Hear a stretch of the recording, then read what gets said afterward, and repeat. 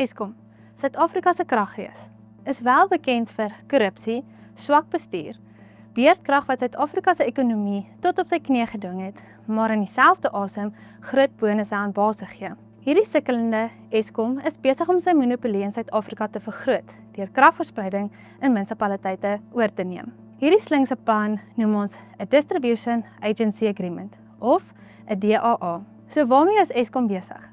Munisipaliteite se skuld aan Eskom staan op 'n stewige 110 miljard rand. In 'n poging om hierdie agterstallige skuld en ernstige finansiële probleme in Eskom op te los, forceer hulle munisipaliteite om DAA's te teken. DAA's sal beteken dat Eskom munisipaliteite se kragverspreiding, rekeningbestuur en infrastruktuur heeltemal oorneem. Alhoewel hierdie plan na 'n goeie idee klink, is dit belangrik om te onthou dat munisipaliteite forceer word om saam met Eskom te werk. Eskom is die kragentiteit wat vir jare lank sukkel om volhoubare en eerlike diens te lewer. So wat is ons probleem met 'n DAA? Eerstens, die proses wat Eskom op hierdie stadium gebruik is onwettig.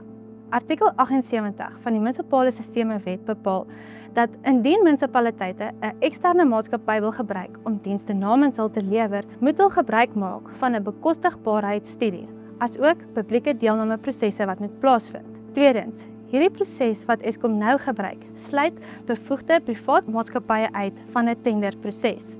Of anders gestel, dit forceer Eskom se monopolie af in Suid-Afrika. Daar is baie ander suksesstories in Suid-Afrika waar bevoegde privaat maatskappye dienslewering in terme van elektrisiteitsverspreiding, infrastruktuurbestuur en rekeningbestuur in munisipaliteite oorneem en 'n groot sukses daarvan maak, waar munisipaliteite ekonomiese groei sien sowel as winste van 52 miljoen rand.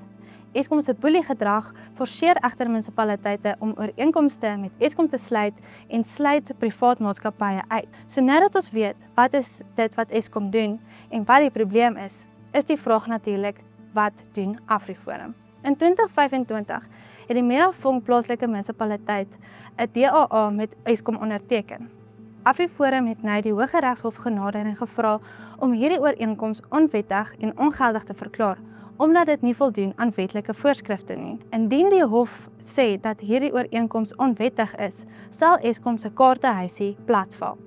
Dit sal Eskom voortforceer om te voldoen aan wetlike voorskrifte, hierdie prosesse oop te maak vir privaat maatskappye. Indien jy AfriForum se saak wil ondersteun, sit jou naam by ons petisie of maak 'n bydrae tot ons regshulpfonds. Help AfriForum om Eskom se korrupte monopolie te stop.